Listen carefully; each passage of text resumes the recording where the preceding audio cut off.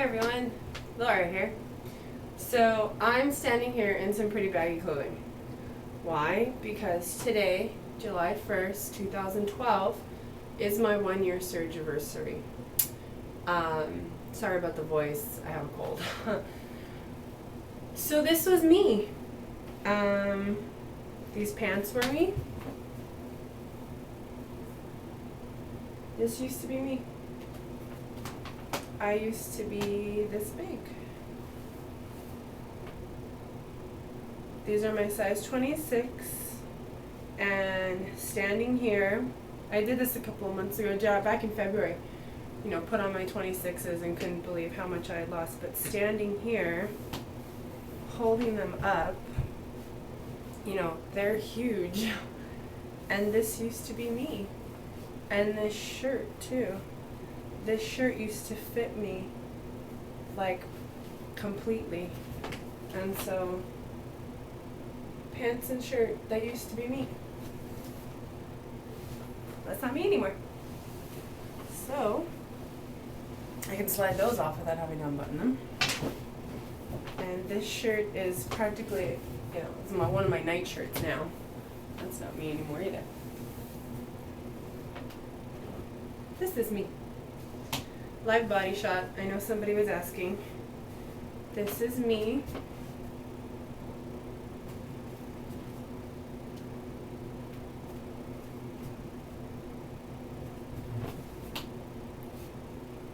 This is me now. Best before and after I could have.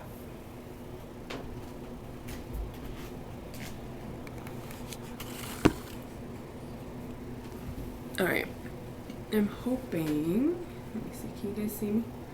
Yeah, let me move back a little bit. Okay, so this is me, and I'm on my bed. Apparently I love to do bed videos, I don't know why.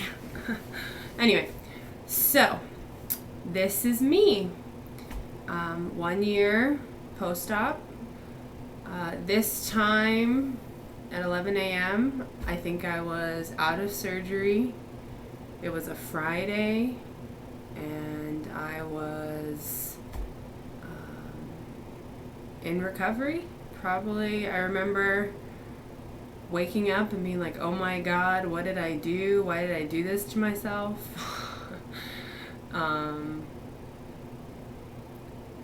I was nervous in the morning, thinking about my parents. Never was I want to say maybe a week before surgery, I was unsure of whether or not I really wanted to go through with it. But, if I hadn't done it, I don't think I would be this person that stands before you.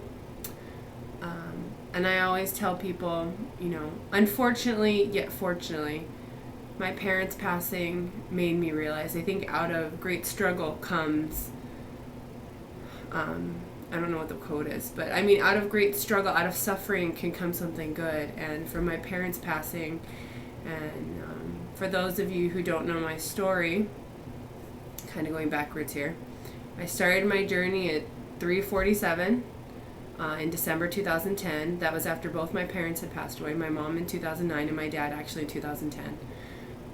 Day of surgery, I was 3:01, so a year ago today. And today I stand before you at 181, or sit before you. It's 120 pounds lost since surgery, and 100 and... I can't do quick math, I don't know how much it is, since a lot, since my highest weight. But after both my parents died my mom due to diabetes, complications from her diabetes. She was on insulin, and getting it right didn't work. And then my dad, after my mom, not even a year after my mom passed away, he died of a heart attack due to weight complications as well. And that was it for me. I did not want to end up like them. My mom got to see me fall in love. My dad got to see me get engaged, but neither of them got to see me get married. Or my grandchildren, or my children, which aren't going to come for a couple of years, but they're still not going to be able to see that.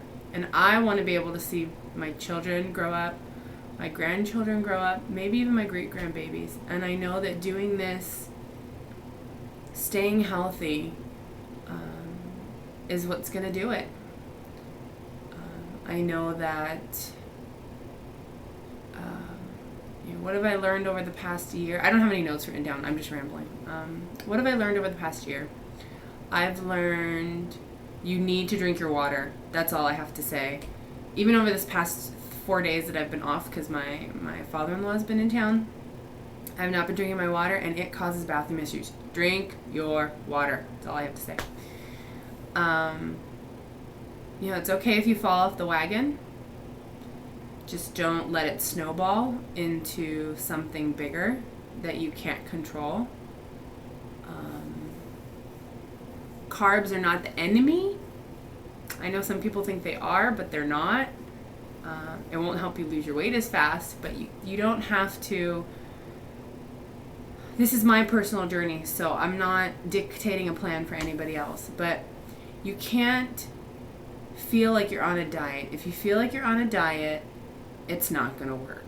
You need to realize this is you changing your lifestyle. And you can't cut out 100% carbs out of your lifestyle. You just can't. Especially if you were a carb eater before. You just can't do it. And so, but make sure you choose your protein first. Make sure you choose your carbs wisely. Fruits and vegetables, those are good. I know potatoes are a vegetable, and French fries can be appealing. Have one and be done. Have two and be done. Don't eat the whole thing. Eat your protein first. Love yourself at every stage. Love yourself. I mean, this is reality here. This is reality. These right here, and my tummy, and saggy boobs, and saggy thighs. That's reality. When you have the surgery, it's just one part. It's here that you need to work on, and physically you need to work on, and loving yourself. And it's hard. It's not easy at all. It's not easy, and anybody who tells me, oh, it was easy. Like when I tell them I have surgery, oh, okay. But it's not the easy way out. It was not easy. This past year has not been easy at all. I've learned so much. I've grown so much. I've met some wonderful people. My pocket peeps. We support each other when we fall down. We, not just weight loss wise, socially too. It's being part of a community helps. It really does. And you guys are my community. And, it actually does help me knowing that I don't just talk to the camera for myself. I know people watch me. I know people have learned from me. But please do not take my journey and what has happened to me and expect it to happen to you. Everybody's journey is different. The sleeve isn't for everybody. Band isn't for everybody. Gastric isn't even for everybody. There's really nothing you can do after gastric, but you have to find what's right for you, what works for you, and this has worked for me. I'm below my surgeon's goal. Am I where I want to be? No. I am not where I want to be. I want to be between 165 and 175. I'm close to being in the 170s. My surgeon, my 1 year post-op appointment is in a week and a half. I'm 181. Can I get to 179? Probably. I'm in the gym. I try and make myself go at least 5 days out of the week. To the gym at least 3. The other 2, maybe I'll run around the neighborhood. I've learned things that work for me, things that don't work for me, and it's just a learning experience, and everybody has to go through their own journey. That is probably the biggest thing that I've learned is I can't model my journey after people that I've watched. I can try and do things that they do, exercises that they do, try new foods that they try, but the way I lose weight is going to be totally different than anybody else. And, talk to your surgeon about what you want to do and how much you want to lose. I first was going to go with the lap band, and then he said the lap band wouldn't work for me. My surgeon actually said that he wanted me to do gastric, and gastric was too drastic for me. So I chose a happy medium of the sleeve, and have I more so recently I've thought, well, maybe I should have gone with gastric because I'm a sweets girl and I love my sweets, but I think it's better for me to learn how to use moderation. I can have something, I can have 1 bite of it, 2 bites of it, and then I need to put it away. And that's been hard to learn. It really has. And I don't do it all the time. I don't. But it's everybody's personal journey. We're not perfect. Anybody out there in the community talking about how perfect they are and how they do things exactly by the book, bullshit. That's all I have to say. Bullshit. Because everybody has times of weakness. Everybody has things that they end up doing. Don't drink before 6 months.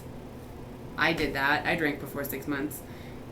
Don't ever have sweets again. I mean, that's bullshit. You cannot live your life like that. You cannot live this journey like you're on a diet. You cannot. And if you do, you will fail. I'm sorry, you will fail. This isn't something that's going to end. I told my husband the other day, I want to be done with being a weight loss patient, but I can't. I can never be done with being a weight loss patient. It will not end. This is like till I die. I can't change what happened to me. I can't change. The only thing that can happen to me is to get bigger, and that's the last thing I want. So I need to live my life and learn how to live it. To live my life, but not overlive it. Or I don't know how else to say it, but this is my life. And this is my journey, and this is how I've come so far. Losing 120, I lost a person. That's a person. But my life is never going to be easy. My journey's not going to be easy. I'm always going to have in the back of my mind, I think, no matter what, that fat girl saying, you're going to get fat again. Even after I plan on having plastics next summer. Hopefully that'll change my mental attitude a little bit. I don't know. I think our bodies, we lose the weight so fast that it's hard for our minds to catch up. And that's another thing I would have to say I've learned is my mind needs to catch up with my body.